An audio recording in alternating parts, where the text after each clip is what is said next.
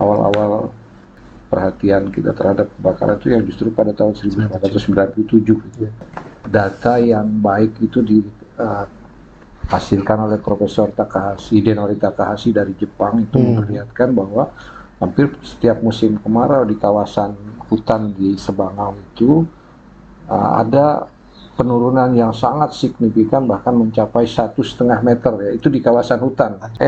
Perusahaan A, Anda ini sudah merah, hati-hati. Sebetulnya yang pertama bahwa masyarakat Dayak itu jarang menggunakan gambut, apalagi gambut dalam, kan lebih banyak itu satu dulu.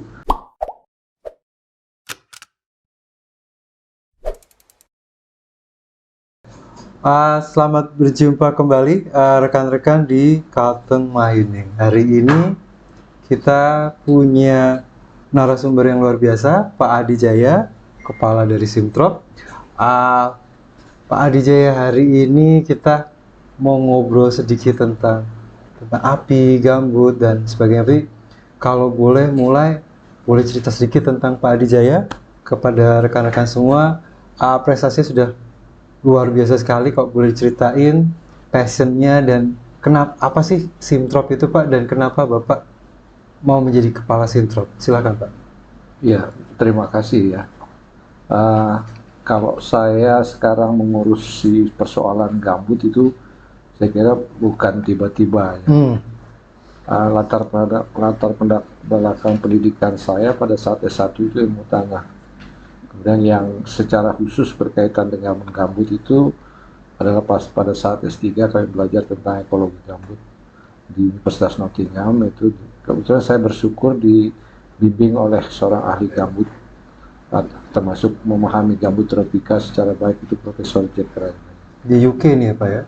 Ya. Di Inggris ya Pak ya? Di Inggris ya. Beliau adalah saya pikir tokoh yang cukup terkenal di bidang gambut ya. Kemudian saya kira cukup panjang perjalanan memahami gambut ini. Kami bekerja dengan rekan almarhum Pak Suwido itu sejak tahun 1998 bersama peneliti-peneliti asing, dan kami terus menekuni pekerjaan-pekerjaan yang terkait dengan gambut. Bahwasanya sekarang saya sejak Januari 2023 itu ditunjuk sebagai kepala UPT Laboratorium Lahan Gambut namanya, yang dulu itu dikenal sebagai Simtrop. Simtrop itu Center for International Cooperation in Management of Tropical Peatland. Saya pikir karena pimpinan kami itu seorang ahli gambut juga, dan beliau melihat mungkin saya tepat diamanahkan untuk mengemban tugas di pengelolaan gambut. Kira-kira begitu sampai saya sekarang ya diamanahkan, dan saya meyakini saya juga menyenangi untuk bekerja. Siapa? Kalau begitu kita nanti masuk lagi ke sana, cuma kita mulai dengan isu sekarang nih kan Pak.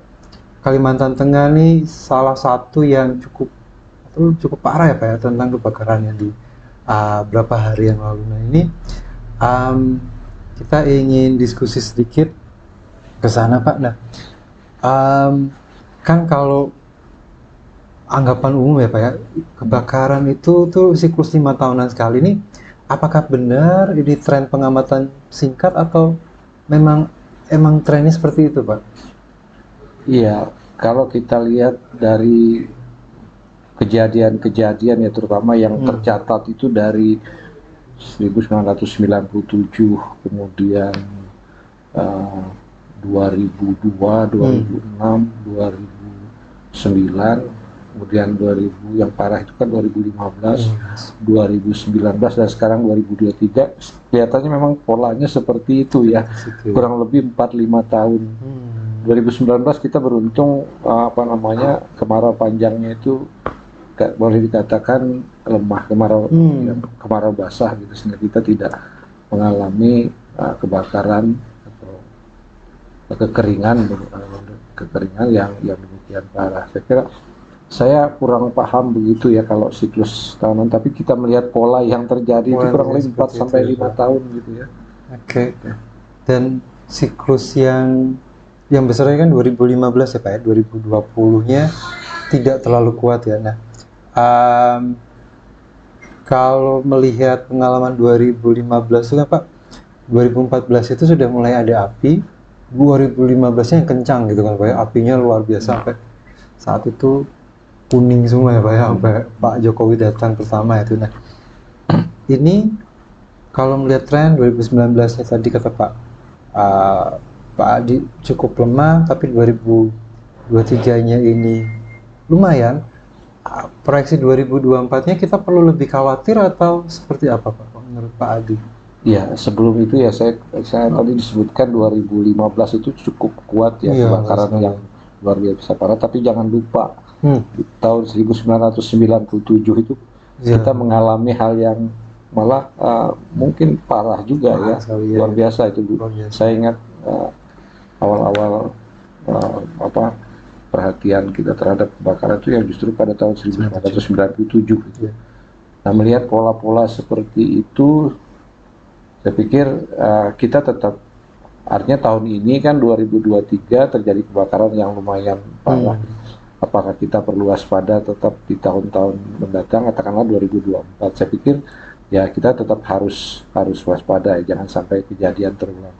Tapi itu juga kita kan sambil melihat pola-pola iklim dan lain sebagainya, informasi itu. Tapi terlepas dari itu, saya pikir tidak usahlah kita terlalu karena kita berpikir setelah 2023 nanti 2028 akan terjadi atau 2027 tapi kita sebaiknya tetap mengelola kawasan ini, karena kalau dari sisi dampak kabut asap dan lain sebagainya itu memang terkait dengan kemarau panjang, tapi dampak-dampak buruk dalam hal gambutnya itu sendiri ada banyak hal yang tetap harus kita kelola. Jadi saya kira itu pandangan saya. Jadi tetap harus kita waspadai.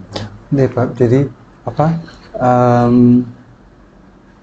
nah itu menarik Pak. Jadi kalau dari Pak Adi kan memang kemarau panjang ini yang cenderung buat api lebih besar ya Pak ya, dibandingin tahun-tahunnya lain kemaraunya tidak terlalu panjang. Jadi sebenarnya kalau boleh nggak Pak, jadi kayak jadi question nih Pak. Jadi kalau lagi kemarau panjang itu sebenarnya kan apinya luar biasa ya Pak, apalagi itu 97, 2015. Sekarang juga lumayan tapi tidak terlalu ekstrim karena udah mulai hujan juga ya Pak ya. Nah, kalau saat kondisinya benar-benar kemarau panjang itu sebenarnya ada nggak sih Pak yang bisa kita lakukan lebih untuk mencegah apinya, atau memang sudah seperti udah nggak ada kuasa kita nih, ini udah alam nih, udah pengen kebakar aja dia gitu. Gimana menurut Pak Adi? Baik, sebelum itu saya coba mengaitkan ya antara sebetulnya bagaimana kondisi iklim itu berpengaruh ke keringan gambut dan berdampak pada kebakaran. Data yang baik itu dihasilkan oleh Profesor Hidenori Takahashi dari Jepang itu memperlihatkan bahwa hampir setiap musim kemarau di kawasan hutan di Sebangau itu ada penurunan yang sangat signifikan, bahkan mencapai 1,5 meter ya, itu di kawasan hutan, penurunan permukaan air tanah. Jadi itu di kawasan hutan 1,5, dan di kawasan yang dikembangkan seperti kawasan pertanian, dan 2019 itu kami mendapatkan bahwa air tanah itu mencapai 2,5 meter di bawah permukaan. Jadi di bawah permukaan itu airnya jauh sekali ke bawah, Pak. 2,5 di kawasan pertanian. Ya memang sangat maksud saya dilengkapi dengan drainase gitu. Jadi kondisi air tanah ini memang sangat erat kaitannya dengan kelembapan tanah gambut itu ya. Nah, ini kekeringan gambut lah bahasa umumnya. Nah, ini yang memungkinkan sebetulnya gambut itu menjadi juga ada peluang terbakar ya. Dan jangan lupa juga biomasa di atasnya itu juga sangat erat kaitannya dengan kebakarannya. Jadi itu hal-hal penting. Jadi tetap kita kaitannya cuaca, kemudian karena air tanah ini erat kaitannya dengan hujan tadi. Itu data memperlihatkan seperti itu. Jadi kurang lebihnya seperti itu. Jadi nah, saya mau ke gambutnya dulu deh Pak. Ini menarik nih Pak. Mungkin tidak semua orang paham ya Pak, kok airnya bisa turun dan sebagainya. Kalau boleh cerita, Pak Adi, gambut ini kan nyimpen air ya Pak ya. Dan kok boleh cerita sebenarnya apa sih Pak ini gambut ini Pak? Iya, pertama gambut itu kan bahan yang tanah yang terbentuk dari bahan organik ya. Bahan organik memang belum terlalu penuh gitu ya, belum terdekomposisi bahasa ini ya, penuh. Nah, dia punya kapasitas yang tinggi untuk menyimpan air itu sampai itu 9 kali beratnya. Jadi katakanlah kalau kadar air itu 900%. Jadi kalau dia berat tanahnya itu 1 kilo, dia bisa menyimpan air sebanyak 9 kilo. Nah, proses pengeringan itu menyebabkan air yang ada di gambut tadi kan keluar.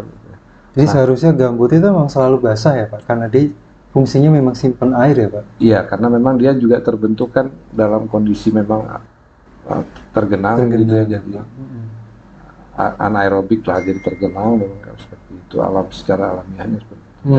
Kalau kemudian mengalami keringan, ada proses fisika kimiawi yang menyebabkan air keluar dan itu mengering gitu.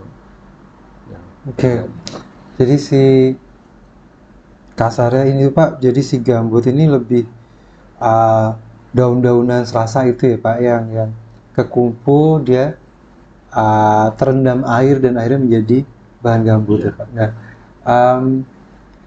kalau kembali ke kondisi tadi Pak, kita kan Kalteng nih luar biasa gambutnya ya Pak ya, luasannya ya Pak. Apakah karena tadi Pak, jadi pada waktu gambutnya dikeringkan, kemudian sampai turun permukaan airnya, kemarau panjang juga membuat air di gambutnya makin hilang, maka resikonya semakin tinggi gitu ya Pak ya. Nah, resiko kebakaran semakin tinggi. Nah, sebenarnya apa sih Pak yang perlu dilakukan supaya, kan tadi kemarau panjangnya siklus nih Pak, trennya 4-5 tahun ya. Nah, harusnya tuh diapain Pak? Kondisi khusus apa yang harusnya terjadi di gambut tadi Pak, supaya jangan mudah terbakar? Baik, terima kasih. Yang pertama saya sedikit mempertajam tadi apa yang dimaksudkan dengan gambut. Gambut itu beda dengan serasa ya. Kalau serasa kan masih utuh, kelihatan benda-bendanya, tapi ini karena proses penghancuran dan sebagainya sudah nggak terlihat lagi apa dia bendanya, apa bahannya apa. Jadi beda dengan serasa. Kemudian yang kedua yang terkait dengan apa yang harus dilakukan dengan kondisi seperti itu. Tadi saya sampaikan dari data yang tercatat khususnya di Kalimantan Tengah itu ya, memang sudah pada saat kemarau panjang di kondisi hutan saja seperti di Sebangau itu bisa turun sampai 1-1,5 meter gitu ya di bawah. Nah, kondisi yang dengan drainase kawasan pertanian itu bisa sampai 2 meter, 2,5 meter gitu. Nah, ini memang kondisi alaminya. Kalau kita tarik ke belakang sebetulnya, saya ingat pada waktu saya kecil di tahun 1970-an itu kemaraunya sangat panjang. Tapi kita tidak pernah mendengar kebakaran. Iya kan? Nah, ini sebetulnya menurut saya lebih banyak pada perubahan perilaku orang ya. Jadi kalau dengan kondisi alamiah saja seperti itu ya, berarti ada sesuatu yang berubah gitu ya. Kalau saya melihatnya, kalaupun kondisi itu kering begitu, tidak akan terjadi bahasanya itu ada kebakaran secara alamiah, gesekan. Tidak, menurut saya tidak. Dan itu terjadi sekian puluh tahun yang lalu, tahun 70-an kan gitu. Kalau saya memandangnya begitu. Nah, justru adanya api ini ya muncul karena aktivitas manusia yang mungkin karena kelalaian, kesengajaan yang kira-kira seperti itu. Nah, langkah-langkah apa menurut pandangan saya itu tetap kita bagaimana mencegah, mengingatkan hal-hal ini melalui penyuluhan atau pengingatan ke masyarakatnya ini. Iya sih Pak. Nah, sebelum ke situ Pak, kalau boleh lebih tajam, jadi tadi kan tren kemarau panjang yang muncul setiap beberapa tahun tuh udah dari zaman dulu ya Pak, bukan sesuatu yang baru. Nah, tapi mungkin cara kita mengantisipasinya sama terus ya Pak, tiap tahun cenderung sama kan? Nah, berarti ada yang kurang berarti ya Pak, harusnya ada penekanan lebih pada waktu kemarau panjangnya akan datang, harusnya ada sesuatu yang beda ya Pak. Karena kalau di kemarau pendek langkahnya mungkin efektif mencegah kebakaran, tapi di musim-musim kemarau panjang atau kita kenal El Nino itu ya Pak, harusnya lebih kencang. Nah ini menurut Pak Adi, kesadaran atau pengetahuan itu udah kita milikin semua belum Pak, baik di masyarakat maupun pemerintah? Ya, saya kira pengetahuan yang ada itu sudah banyak ya, penelitian-penelitian dari teman-teman baik yang di dalam negeri maupun di luar negeri mengenai gambut, kekeringan dan dampaknya terhadap kebakaran itu sudah dipahami. Bahkan beberapa teman itu kan dulu menemukan bahwa ada kedalaman air tanah tertentu sekitar 40 cm, walaupun itu bisa dipertanyakan ya, untuk itu menjadi peringatan bahwa itu sudah rentan terhadap kebakaran. Jadi pada intinya pengetahuan itu sudah ada pada level, masih pada level mungkin ya akademik atau apa sudah ya. Nah. Tapi yang perlu kita turunkan lagi barangkali itu ya ke masyarakatnya ya, akibatnya dan lain sebagainya itu yang mungkin perlu kita lakukan. Ini saya beberapa waktu lalu komunikasi dengan para peneliti asing. Ya ini sudah cukup panjang dari tahun 90-an kita belajar ini, tapi di tempat kita di Kalimantan Tengah di Indonesia kok berulang-ulang terjadi. Iya Pak. Jadi berarti kan bukan salah iklimnya ya Pak ya? Karena kita udah tahu iklimnya sudah. Jadi ya saya belajar banyak dari kejadian 2015 ya Pak Arta ya. Jadi setelah kejadian itu kan pendekatan kalau saya istilahkan keamanan itu lebih ditekankan ya, sehingga kalau orang membakar atau menimbulkan kebakaran diberikan sanksi yang luar biasa gitu. Nah saya melihatnya untuk kondisi sekarang itu masih sangat efektif, masih relevan ya Pak? Masih relevan untuk dengan masyarakat yang begitu homogen dan ini ya, kalau menurut saya sementara ini ya, pendekatan itu masih relevan. Karena saya ingat persis pada tahun 2015 itu atau setelah itu ada masyarakat saja membakar pada skala yang kecil itu, meminta maaf dengan Kapolsek pada saat kami kunjungan. Itu kan artinya dia, walaupun itu sebetulnya kurang baik kan, muncul dari rasa takut, tapi paling tidak itu menurut saya efektif sekarang untuk sementara ya, sebelum kita, karena merubah perilaku itu kan butuh waktu yang lama. Siap Pak. Nah kemudian kalau boleh saya tambahkan, ada beberapa pemikiran ya terkait dengan meluasnya kebakaran ini, mohon maaf nanti barangkali perlu ditinjau kembali pemikiran untuk menetapkan skala untuk kedaruratan itu ya. Tanggap darurat. Saya tidak mau, tapi melihat fakta saja. Kalau kebakaran ini mungkin berbeda dengan bencana yang lain ya. Kalau pada saat skala kecil itu pasti akan membesar nanti kan gitu. Jadi saya tidak mengikuti kriteria, tapi kalau sudah demikian parah itu, sudah asapnya demikian tebal, baru kemudian dinyatakan darurat, itu proses penanganan dan lain sebagainya kan relatif susah. Apakah tidak mungkin ini bahasa masyarakat umum saja untuk diperlonggar sebelum menjadi lebih besar gitu ya. Jadi mungkin perlu dikaji lagi kriteria kedaruratan. Kemudian yang kedua, ada pemikiran kawan-kawan itu, ini sebetulnya sudah terjadi pada korporat ya. Korporat itu bertanggung jawab pada kebakaran di wilayahnya. Direct liability. Ya. Nah sekarang di masyarakat itu bisa sebetulnya mulai diterapkan, mungkin peringatan pertama dulu lah Pak. Kalau di lahannya terjadi kebakaran, peringatan pertama nih dicatat. Kemudian pada peringatan kedua, kalau terjadi lagi, ketiga sudah bisa hak kepemilikan atau hak itu bisa dicabut. Nah ini juga sebetulnya memberikan rasa memberikan tanggung jawab bahwa dia accountability. Nah saya melihat mungkin itu secara terpadu bisa Siap. Nah saya pengen ke situ tuh Pak.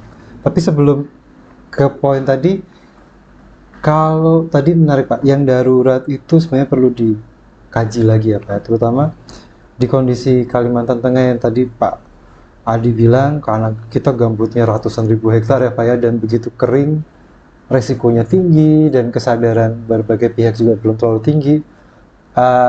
harusnya definisi atau ketanggapan terhadap darurat tadi harusnya direview lagi ya Pak. Nah ini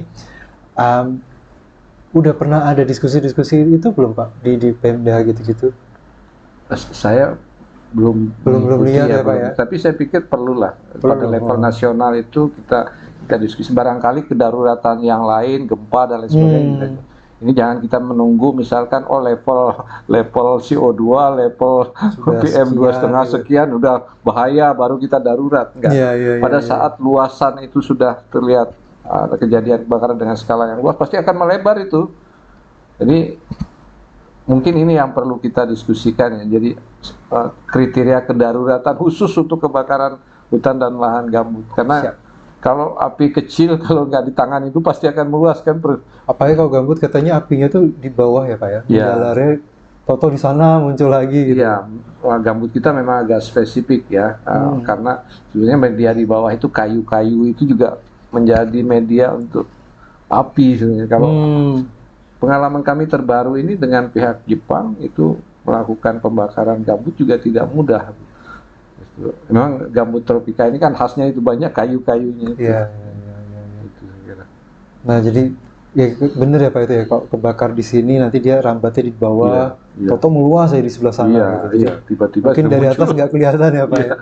Nah itu ya memang harus didiskusikan lebih ya, mudah-mudahan nih rekan-rekan akan lihat ke depan. Nah tadi saya mau ke karhutlahnya sendiri ya Pak ya. Nah itu sepertinya kita tadi Pak Adi udah bilang kan memang sepertinya 99% api ini ya kebakaran ya penyebabnya ya manusia ya Pak ya, atau nah kalau boleh tadi kan Pak Adi sempat cerita orang ada individu masyarakat, ada corporate juga. Nah kalau yang masyarakat individual tuh motivasinya apa sih Pak untuk mungkin nggak sengaja membakar ataupun sengaja itu motivasinya untuk apa sih Pak? Iya, saya tidak punya data yang lengkap untuk itu ya, apalagi dari data penelitian, tapi dari pengamatan sehari-hari pada saat musim kemarau itu beberapa tahun lalu ya. Seringkali coba kita perhatikan sudah menjelang musim kemarau itu pasti mereka membersihkan lahan ya. Ini minimal itu memberi tanda bahwa itu lahan mereka walaupun tidak dimanfaatkan, tidak untuk budidaya. Kepemilikan ya Pak ya. Iya, kalau saya lihat begitu. Jadi tidak semua memang, tapi ada pada saat itu dibersihkan, ditebas itu. Nah kemudian pasti ada sebelumnya itu ya, sebelum begitu ketat mengenai membakar ini. Karena ada pasti terjadi membakar itu. Nah, ini yang memang berbeda dengan kearifan tradisional dalam membakar. Itu bukan kearifan ya Pak itu ya. Bukan kearifan. Kalau kearifan ada tata caranya. Saya ingat orang tua saya dulu juga waktu berladang itu tetap membakar, tapi dia menjaga dan membuat barir batas dan lain sebagainya. Tapi sekarang kan bersihkan lahan nanti pada suatu saat pasti akan entah dibakar entah apa. Jadi saya melihatnya itu dulu. Kalau hal lain yang juga bisa terjadi itu kan ada beberapa masyarakat itu yang suka mancing dan sebagainya itu. Ya memang tidak sengaja, barangkali mereka memasak dan lain sebagainya itu kan mungkin juga ya, karena gambut tadi kan spesifik, ini kita sudah padamkan tapi sebetulnya belum gitu. Di bawahnya jalan. Nggak tahu, mungkin seperti itu tapi menarik untuk mengkaji ini kenapa terjadi muncul. Mungkin itu pemahamannya belum banyak ya Pak. Jadi kalau di gambut itu begitu dibakar semalaman, paginya dimatiin, apinya di bawah tuh udah jadi udah jalar ya itu.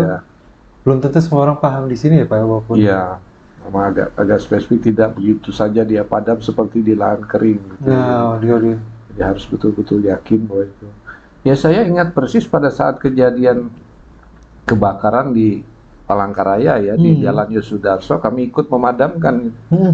Nah itu kalau di daerah perbukitan atau tanah mineral barangkali ya, gitu, perbandingannya kita siram mati. Tapi ini kita sampai harus menusuk ya, menyuntik ke dalam, menyuntik airnya. Iya, yang besi panjang itu ya. Iya, disuntikkan ke dalam gitu ya. untuk meyakinkan bahwa di saat di dalam sana apinya juga ya kira-kira seperti itu. Jadi memang aspek-aspek pencegahan itu memang harus ditekankan ya, termasuk saya sudah melihat beberapa tahun terakhir ini peringatan untuk pemancing dan lain sebagainya sudah banyak di spanduk-spanduk untuk mereka tidak membuat kelalaian dan lain sebagainya. Tetap bertanggung jawab, boleh melakukan aktivitas memancing, memasak, tapi tetap bertanggung jawab untuk meyakinkan bahwa apinya padam. Itu taruhnya apinya dikasih atas batu gitu ya Pak, jangan di tanah gitu ya.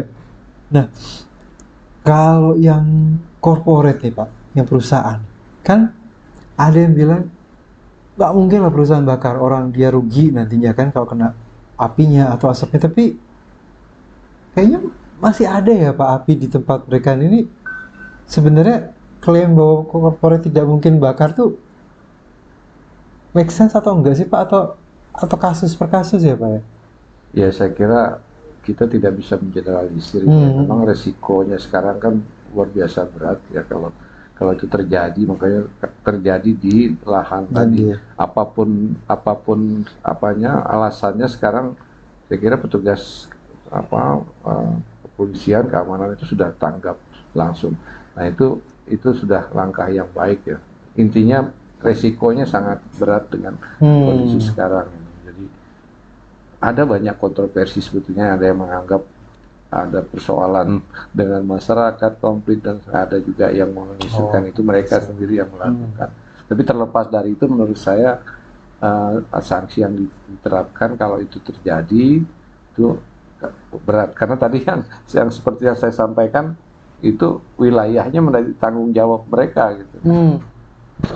Nah, jadi kalau sampai di minggu pertama Oktober ini ya Pak ya, ini tuh dari awal kita mulai ada api sampai sekarang, itu kejadian kebakaran kalau kita dapat dari gugus tugas kebakaran itu Pak, ada 3.500 kejadian karhutla. Itu berarti kejadian berarti udah benar-benar api ya Pak. Kalau hotspotnya sih puluhan ribu ya Pak ya. Tapi kalau kejadian karhulanya itu ada 3.500. Data lapangan itu. Data lapangan, dan luasannya itu sudah 10.000 hektar. Nah, dari sini, dari info yang kita dapat dari gugus tugas itu, ada 15 kasus perorangan yang ditangani oleh polisi, dan ada 4 perusahaan yang disegel KLHK. Dari kejadian 3.500 tadi Pak. Nah ini kan masih jauh ya Pak ya. Yang luasannya 10.000 hektar, kejadiannya ada 3.500, tapi yang mampu terindikasi adalah 15 perorangan dan 4 perusahaan. Nah ini dan kita kalau berharap aparat untuk bisa tanganin se-Kalimantan Tengah, provinsi terluas sekarang Pak di Indonesia ya Pak ya, itu juga susah juga Pak ya. Nah, dan kalau kita dengar juga kalau perorangan ini kan harus tangkap tangan Pak, kalau saksi nggak ada lah yang mau ya Pak ya ngelaporin ya Pak ya. Nah, kalau dari fakta ini Pak, kita ke yang masyarakatnya dulu nih Pak, nih gimana ya caranya, kan kayak tadi Pak Adi bilang karena kepemilikan lahan, mereka mau klaim dan sebagainya. Pak Adi propose mungkin direct liability, pokoknya kalau di lahan dia harus ikut tanggung jawab. Nah itu agak kontroversial juga sih Pak, pasti banyak yang gini ya Pak ya.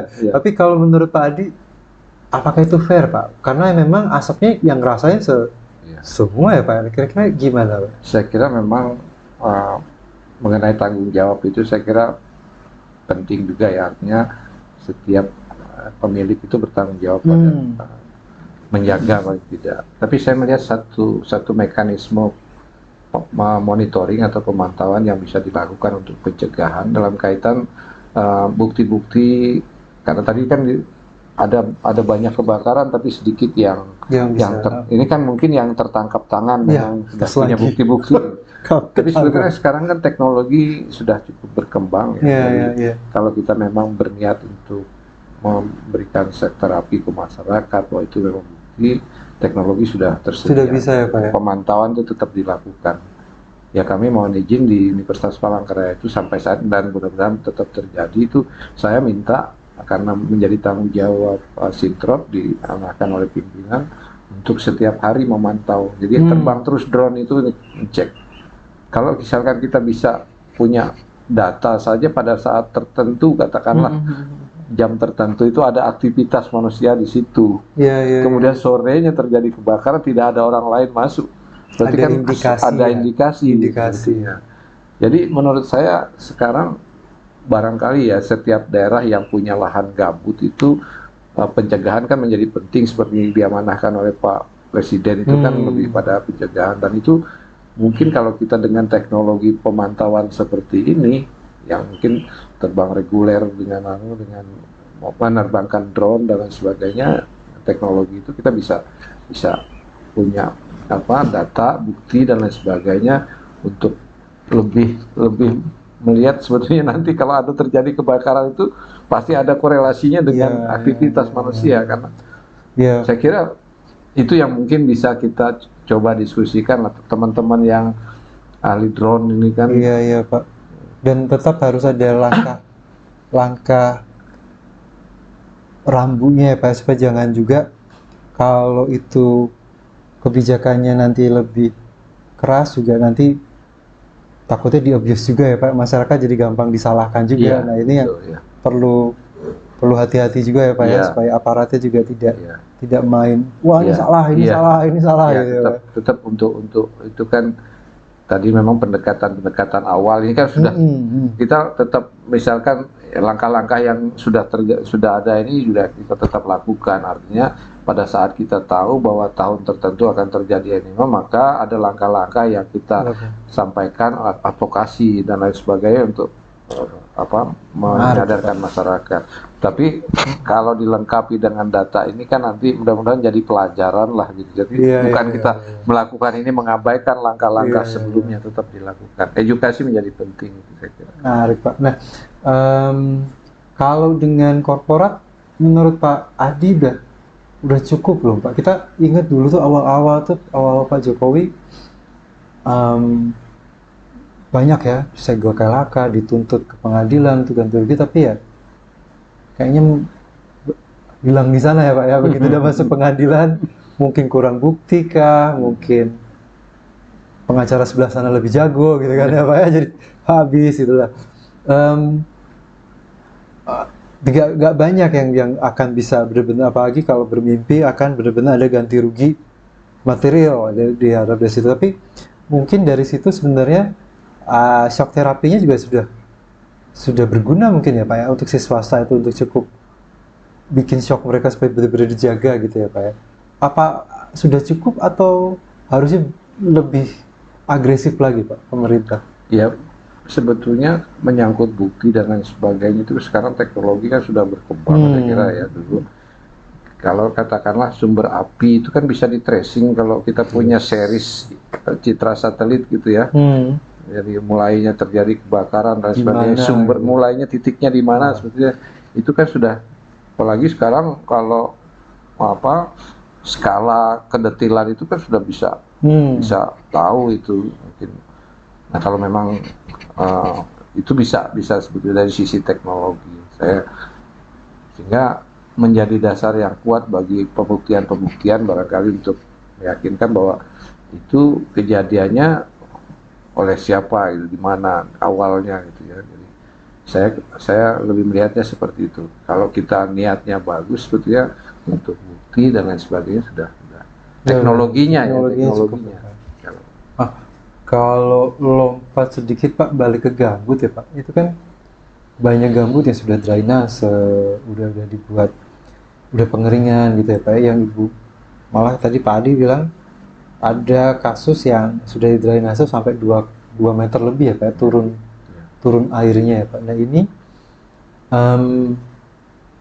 sebenarnya si swasta yang besar-besar yang punya pengeringan gede itu Pak sudah cukup paham nggak sih Pak bahwa resiko itu tinggi, atau sebenarnya mereka sudah cukup terkelola dengan baik saat ini, jadi mereka sudah lumayan lah Pak dalam pengelolaan muka airnya? Ya sebetulnya kan ada aturan pemerintah yang menyatakan memang bahwa corporate itu kan harus mengelola apa namanya tata air di kawasannya, baik dia HTI, perkebunan dan lain sebagainya, itu kan sudah jelas gitu ya. Dan aturan tentang titik pantau sekian persen dari wilayah itu harus dimonitoring kaitannya dengan air tanah gitu. Itu kan menjadi kewajibannya. Nah, tinggal ada yang sifatnya pemantauan itu otomatis kan, sehingga data terpantau terpusat, atau ada yang manual gitu. Nah, saya kira ini yang mungkin kita perlu evaluasi sejauh ini efektif nggak gitu. Nah, kalau sudah misalkan tadi ada kaitan kekeringan dengan tinggi muka air tanah. Ini kan kalau sudah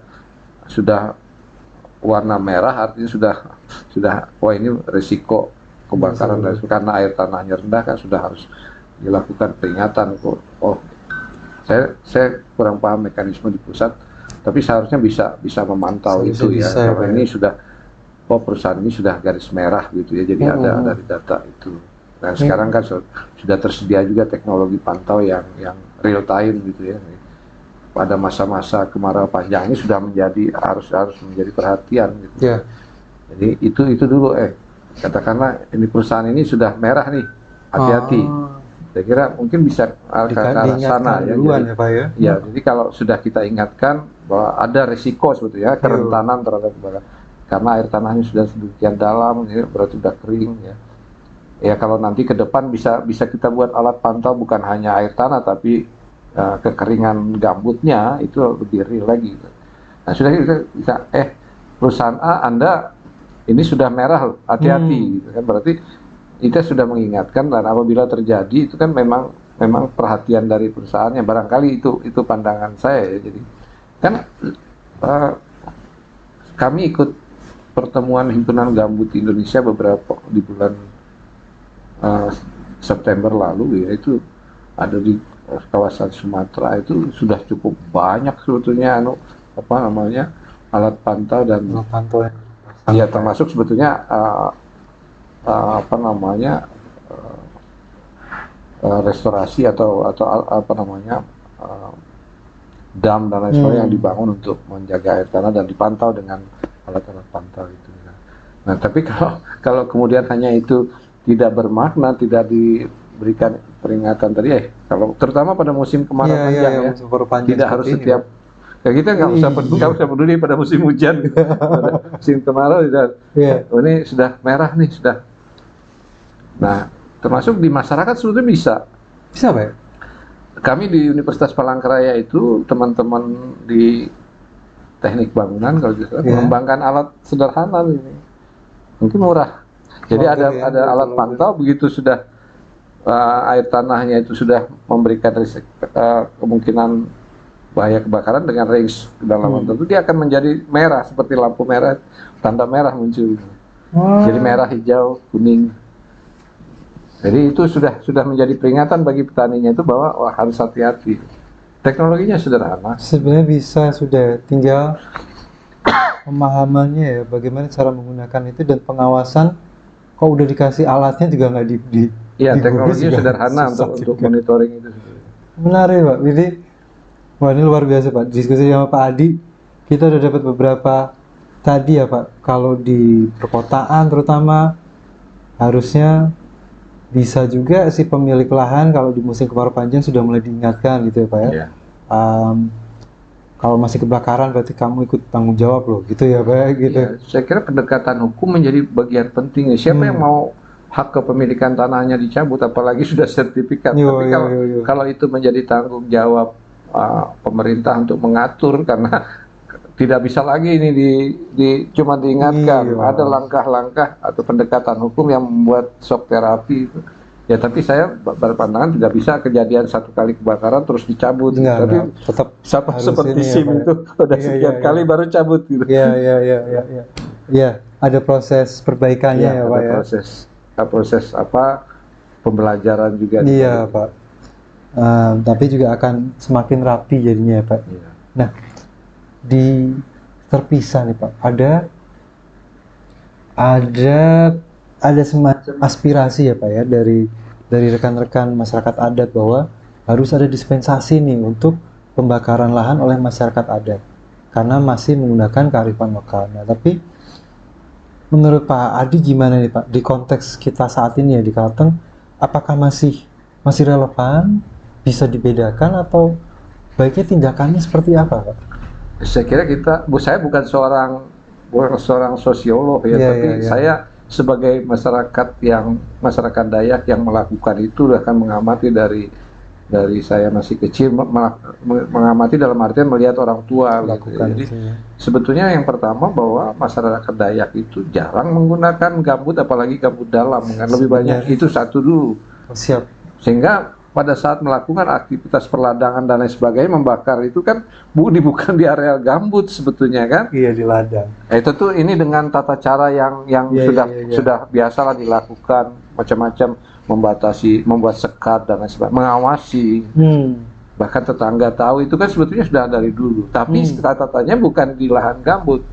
Nah, karena itu menurut saya, kalaupun ada pengecualian di undang-undang perkebunan dan lain sebagainya, ada yang masyarakat adat itu, tapi catatannya karena sejarahnya dulu memang bukan di gambut kan, bukan di lahan gambut. Jadi boleh ada semacam usaha afirmasi ya Pak ya, memberikan keleluasaan, tapi juga harus dilihat juga tempatnya di mana ya Pak? Iya, saya kira seperti itu.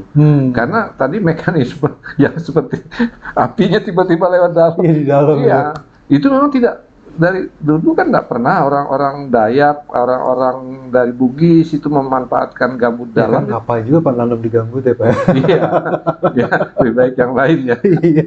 Ya. Tapi itu pandangan saya ya. Siap, justru lebih yang bisa didiskusikan teman-teman yang bergerak di bidang hukum dan sosial ya. Karena memang dari latar belakangnya itu mereka masyarakat dulu secara tradisional melakukan penggunaan api membakar dan lain sebagainya itu memang bukan di gambut ya, lahan kering atau daerah-daerah pesisir. Saya dulu juga ada kan daerah-daerah Katingan Muara tapi ya itu bukan gambut. Ini makanya teman-teman pembuat kebijakan harus lebih sering diskusi dengan akademisi ya Pak. Jadi jadi tidak bukan masalah tidak boleh atau apa, tapi kan ada alasan lain tadi ya Pak, asalan bahwa ekologinya memang seperti itu, nggak bisa dilawan juga kalau emang udah. Ya jangan juga jadi pembenaran karena itu masyarakat tradisional dulu membakar terus. Ya lihat dulu, mereka dulu melakukan aktivitas itu di mana, bukan di gambut. Kalaupun ada gambut tipis sebetulnya yang bisa dikontrol. Mantap Pak. Dari berbagai hal tadi ya Pak ya, kebakaran dan sebagainya, tapi secara kolektif nih Pak, secara kita semua lah ya Pak ya, menurut Pak Adi kita sudah semakin bagus dalam menghadapi karhutla ini, atau sedikit terlena karena kemarin banyak hujan jadi kita kecolongan, atau sebenarnya ini udah lebih bagus kok dari yang dulu-dulu?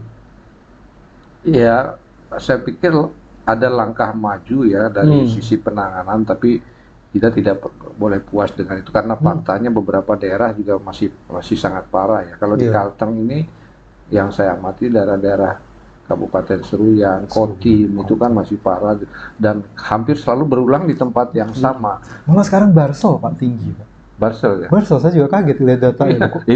Itu nggak pernah.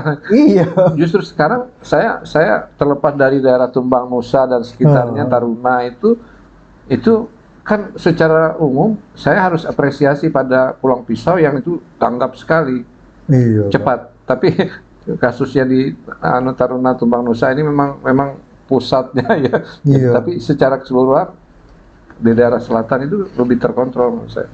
Nah, kota ini masih di sekitaran kota masih cukup banyak.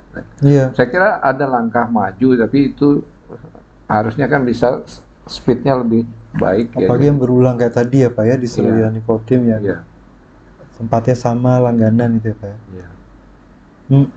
Itu berarti udah ada beberapa hal yang meningkat ya Pak, tapi ada yang masih perlu dikejar dari beberapa tempat ya Pak. Nah, sekarang kan sambil isu kebakaran berjalan Pak, kita kan Indonesia punya komitmen untuk menurunkan emisi ya Pak ya, dan ini kan digaungkan oleh Pak Presiden secara terus menerus ya Pak, malah dengan gagah tiap acara internasional bilang Indonesia akan memenuhi ini gitu ya Pak. Nah, menyambut itu sudah ada juga mulai tren karbon naik lagi Pak. Kalau zaman dulu kita REDD di Kalteng kan provinsi pilot, sekarang karbon naik lagi, malah udah ada bursa karbon Pak, kemarin di launching di Jakarta. Nah, sudah ada terlihat potensinya nggak Pak kalau di Kalteng nih kira-kira, atau udah mulai ada Pak Adi ngerasa oh ini karbon ini punya manfaat ya sih nanti untuk masyarakat dan alamnya, atau masih jauh nih Pak, belum kelihatan sama sekali nih. Ya, kalau menurut pandangan saya ya sebetulnya masyarakat itu lebih pragmatis ya, lebih pada orientasinya masih ekonomis ya, masih ekonomis. Jadi kalau ada langkah-langkah dalam pemanfaatan sumber daya itu yang memang bijak, tapi juga memberikan nilai ekonomi, saya kira masyarakat pasti akan mudah dibawa gitu ya. Tapi tentu banyak hal yang harus kita perhatikan gitu ya. Di balik persoalan-persoalan itu masih banyak hal yang harus kita tata ya. Tapi intinya bagi saya melihat gitu.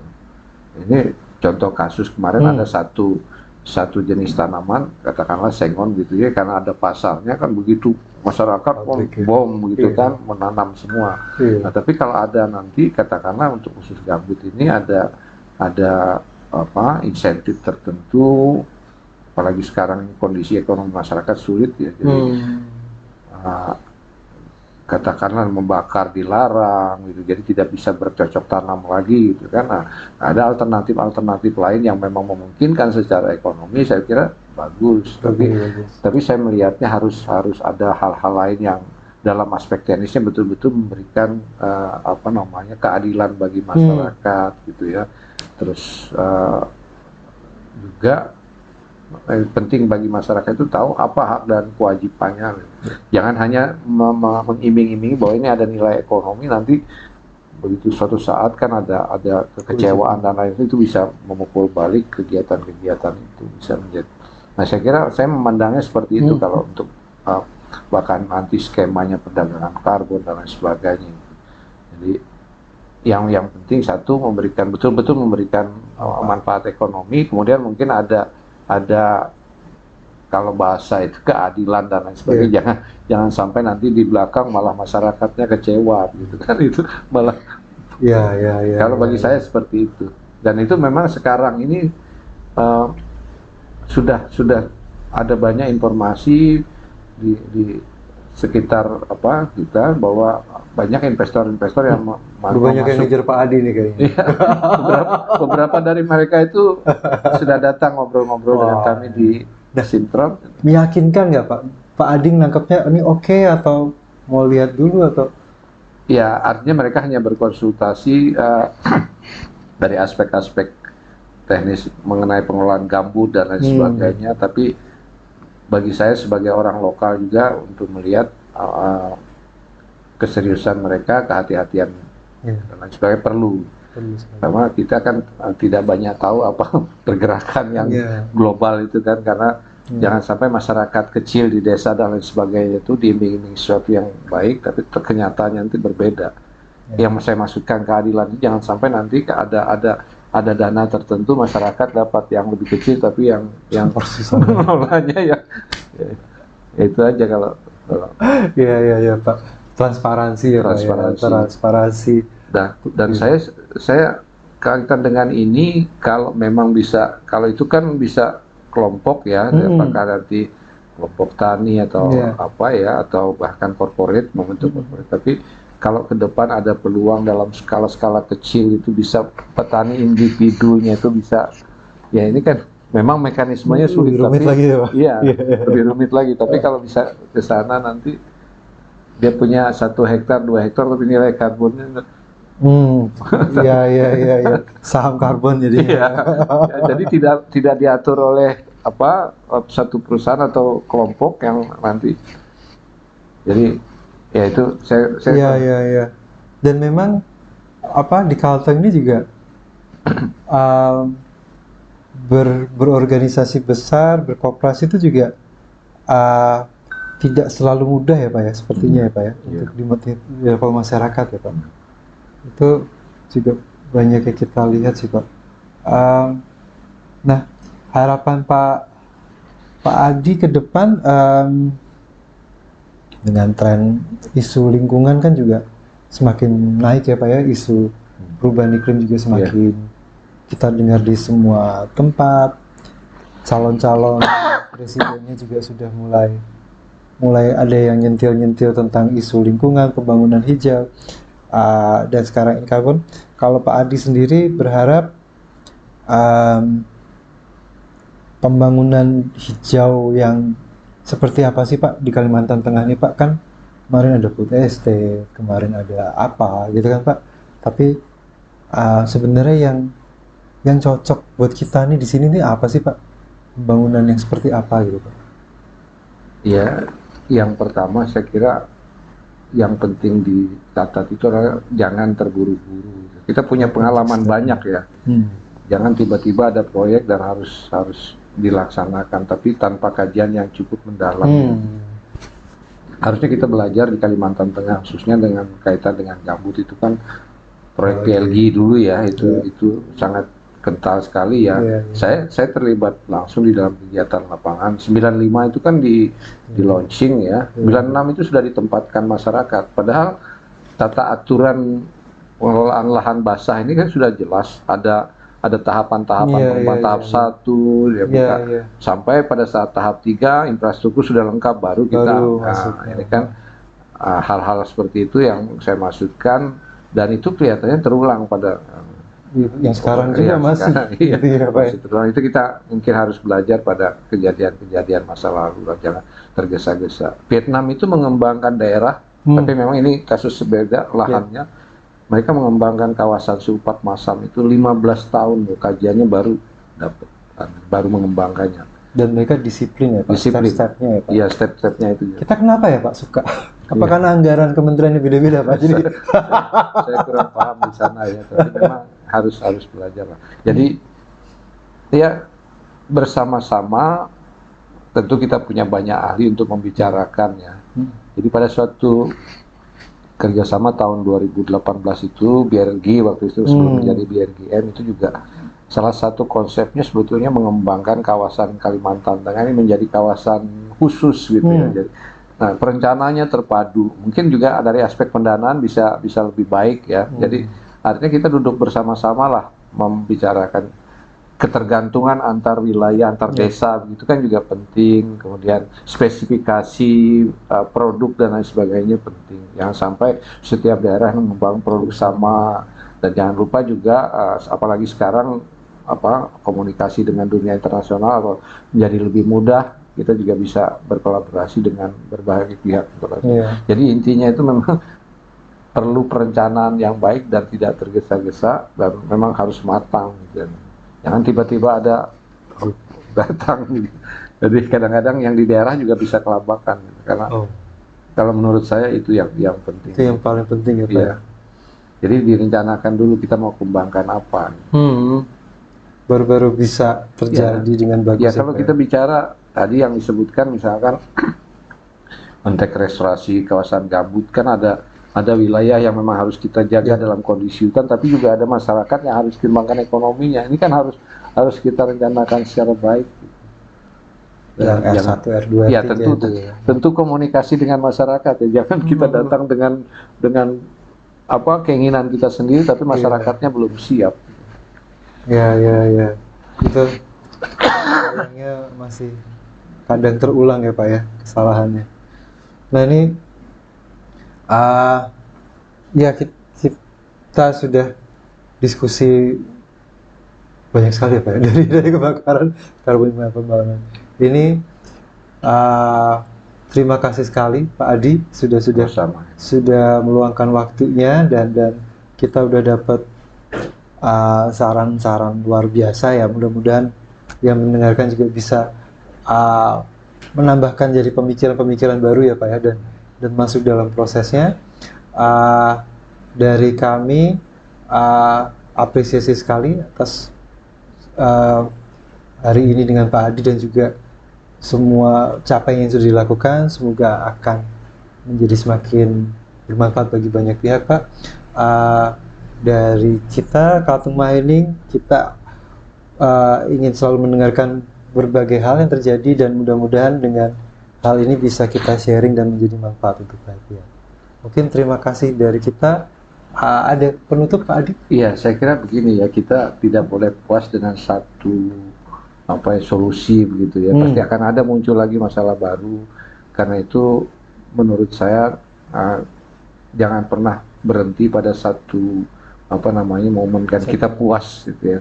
Jadi, dan untuk mencapai itu mungkin perlu juga kita bicara seperti ini, muncul ide baru. Jadi jangan satu pihak menganggap satu pihak lebih penting, lebih, semua sudah punya peran gitu. Jadi berdiskusi secara baik sehingga nanti memperoleh langkah-langkah yang pas gitu ya. Jadi, dan juga jangan abaikan masyarakat itu ya, jadi punya kearifan sendiri. Ya, saya kira itu. Jadi ya, terima kasih sudah diundang hadir juga untuk memberikan pandangan, diskusi dan sebagainya. Saya kira itu Pak Arta. Sama-sama. Terima kasih Pak.